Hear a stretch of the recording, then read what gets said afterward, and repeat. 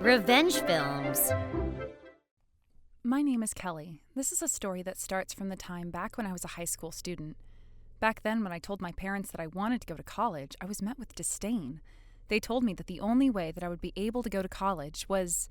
If you're going to get scholarships, or you're going to take out your own student loans, and you're going to get a part-time job to support yourself through school, then sure, go ahead. But we're not going to be spending a single penny on you once you've graduated from high school.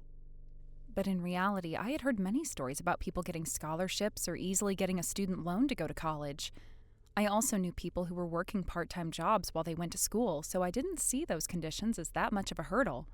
I took that as a yes, and I agreed to their conditions and decided that I would go to college. When it came to my grades, I was always a good student, and so I had no trouble with getting into college. Because of my good grades, I was able to get a scholarship, and I also had no problem getting a student loan. I was able to get myself through college, and I enjoyed my college life and graduated with honors. And then, even after I graduated from college, my hard work paid off compared to most people around me. I had a lot of success with job searching. It didn't take me long to land a good job and to secure a future for myself. I felt like this was the beginning of the next chapter of my life. When I went home to tell my parents the happy news that I landed a job, instead of celebrating with me, they told me, "Now that you have a full-time job, from now on you need to start sending us money every month. That's your duty as our daughter." Up until now, I had been working a part-time job and was trying to save as much as I could, but every last penny of those paychecks went towards my college fees. Now that I got a full-time job, this was going to be the first time that I would be able to have some money to spend freely, and I was really looking forward to it. So when my mom said that to me, it threw me off. At first I said no, but my parents insisted that I have to send them money every single month, and they refused to let me go unless I agreed to their conditions. And not only that, but the amount was much larger than I expected. They demanded that I send them $800 every single month. I told them that that would be impossible, especially when my initial starting salary was low. But they said that this was the norm and that everybody was doing it.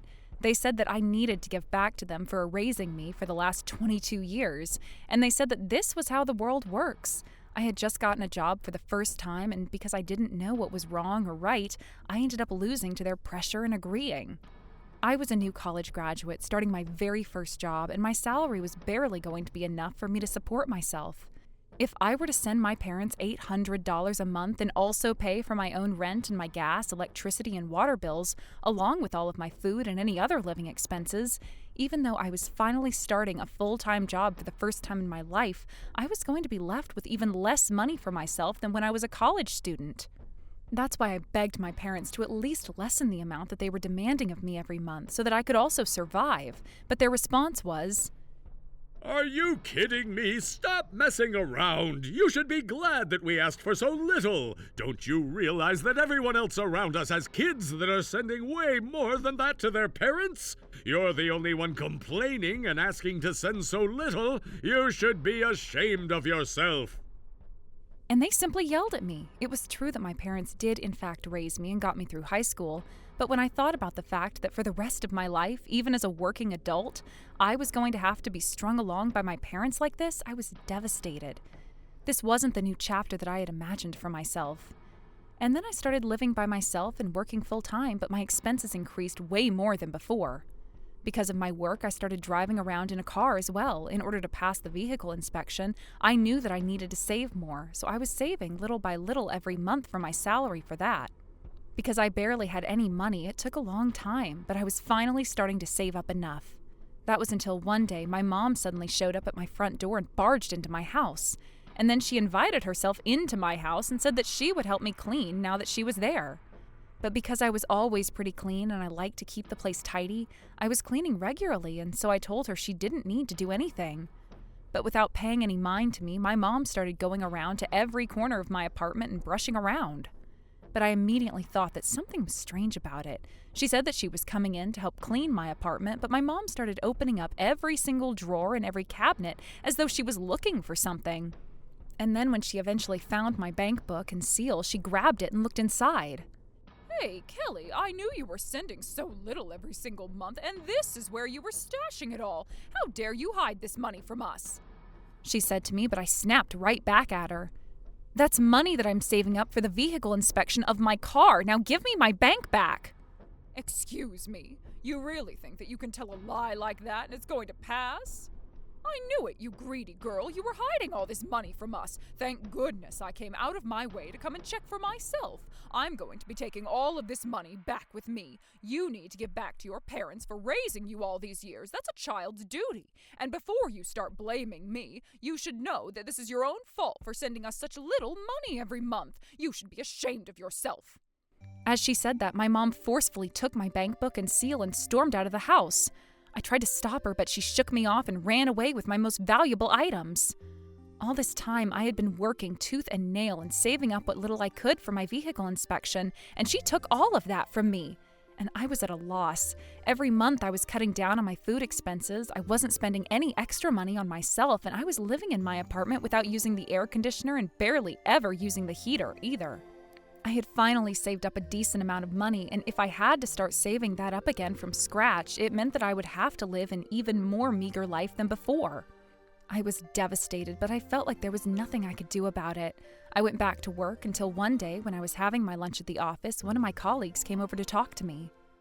Hey, Kelly, wait a minute. Is that all you're eating for lunch? She asked me that because what I was eating was one rice ball that wasn't even 2 inches in diameter.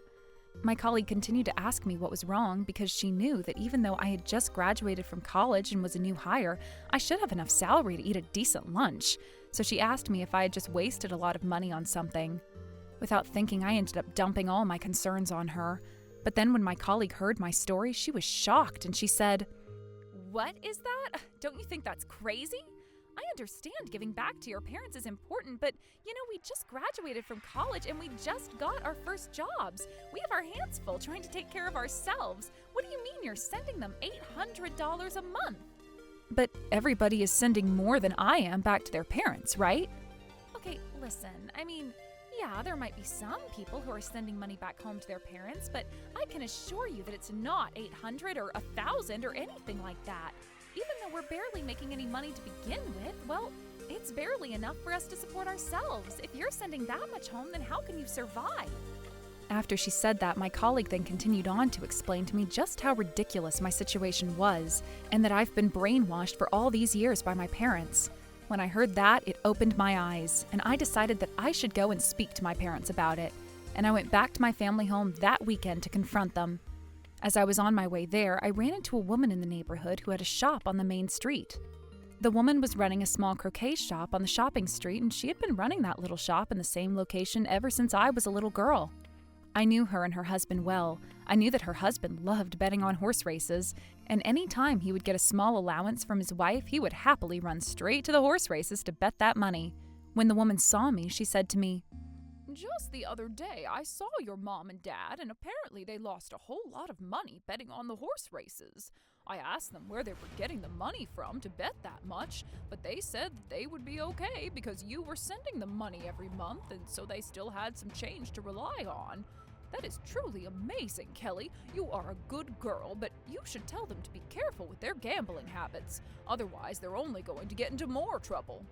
However, this was actually the first time I was ever hearing that my father and my mother were gambling. And not only that, but even though I was working extra hard and I was cutting down on my own food, even going some days without eating anything at all in order to be able to send them money, they were going off and enjoying themselves by gambling and recklessly spending a lot of money. And then when they lost a lot of money, they thought that they could just rely on me to continue supporting them. When I heard that, I could feel the blood boiling inside of my veins. However, I knew that the lady who was telling me all of this did nothing wrong, so I tried to act like this was all normal. I simply replied, "What am I to do with my silly parents? I'll be sure to warn them." And I acted normal and went on my way. But then I decided I was going to confront my parents about this when I got home, and I headed straight there. As soon as I walked into the house, my dad raised his voice at me. So, you were hiding money from us, weren't you? Even though $800 a month is such a small amount to be giving us. If your mom hadn't gone there to get the money from you, we were about to continue on the rest of our lives being tricked by you. You should be ashamed of yourself. It's a given that you should be giving back to us for everything that we've done for you until now. If that's all you're going to be sending us, then you may as well be sending us nothing. When he said that, I quickly replied, "All right, fine then. I'll stop sending you money at all." Wait, what? Because this time I fully understood that even if I send any amount of money to you guys, that it's all a waste anyway. What the hell are you saying? How many times do we have to tell you that sending money to your parents is what every child should be doing? But you're just going to be using all of that money on gambling at the horse races, right? I heard it all from that lady at the croquet shop, and apparently you lost a lot of money the other day, money that I worked so hard to earn and send to you. Well, we just went to blow off some steam. Anyway, that's not anything for you to stick your neck into. What we do with the money is our choice. But as the person that's sending you the money that you're spending on that, surely I have every right to say something about it. Do you have any idea how hard I'm working to save money just so that I can send enough money to you guys every month? I don't have any money to spend freely on myself. I barely even have enough money to eat proper meals every day. I am freezing in my own home just to save any extra cash to survive. You need to get back to your parents for raising you so that you can even be working right now. You better stop running your mouth. By the way, I asked my colleague, and she told me that she has never seen any fresh college graduate sending $800 home to their parents. That's a ridiculous amount. Not even people who have been working for years send that much back to their parents. Well, that's because all of your friends are idiots who don't treat their parents right. Anyway, it's your duty to be sending us money every single month. And if you try to stop, we're gonna barge into your company. That's right. Oh, that's right. Do you have any idea how much we've had to sacrifice in order to raise you? Who do you think you are? That's why your fate is to support us until the day that you die. That's what you were born to do. When the two of them said that to me, I realized that I didn't know what to do about this by myself and that I was helpless against my parents alone. So I decided to go to my grandparents' place and explain the situation to them, and I asked them to please help me. But then, unexpectedly, when my grandparents heard what I told them, they were furious. Those parasites taking our precious granddaughter's money and trying to live off it? It should be a parent's duty to be raising their child. What do they mean give back to them for that? And if they ever sent us a single penny themselves, we're not going to forgive them for this. That's what my grandfather said, and then he kindly told me that I had nothing to worry about and that they would take care of it for me. And then the next day, to my shock, my mother came back to my house, but this time she was crying and dropped down on her knees. Because of you, my dad was furious with me, and he's saying that he's going to kick us out of the house. We need you to go and talk to him for us and tell him that everything is fine and stop him, please. The reason that my mom was crying was because the house that my parents were living in right now was originally my grandfather's house, and right now they were actually just renting it from him without paying any rent. And my grandpa was saying that he was going to kick my parents out of that house after this incident. My dad is saying that he's not going to let us live in that house until we've paid you back 3 times the amount of money that you've given us for the trouble that we caused you. So just go to Grandpa and say that you forgave us, okay? And then everything will be okay. That's what my mom started saying to me, but I remained logical. Why should I have to do that? Thanks to my grandpa, I was about to get back more money than I had sent them in the first place, so why would I try to stop that? And so I replied to my mom, "Are you kidding me? Make sure you pay it back, and exactly 3 times the amount as promised. Until then, why don't you live in an old, small, run-down apartment and try to save up some money? Get a job and work to earn that money, like I've been doing for all these years." When I said that to her, my mom turned completely pale and she couldn't say anything back to me. The house that my grandfather had was a pretty amazing house, but in the end, my parents were kicked out of that house and it was decided that they would have to send money back to me. Of course, after that, there was no way that either of them would be able to gamble when they didn't even have a place to live. On top of that, my grandfather started saying that he was going to take the entire inheritance that was allocated for my mother and give all of that to me if they didn't fulfill their promise. My mother seemed furious about the situation, but she didn't have any hands left to play, and she had no choice but to abide by what her father was saying, otherwise there was no way that she could survive. My mother was devastated and furious, but I didn't care about that. From now on, neither my mother nor my father would be able to say anything towards me, nor would they even be able to lift their heads towards me. But that was perfect for me, and I was so grateful to my grandfather. I had no intention of disagreeing with my grandfather at this point, not when everything was finally going in my favor. And I had realized at this point already that I didn't need my parents in order to live my life.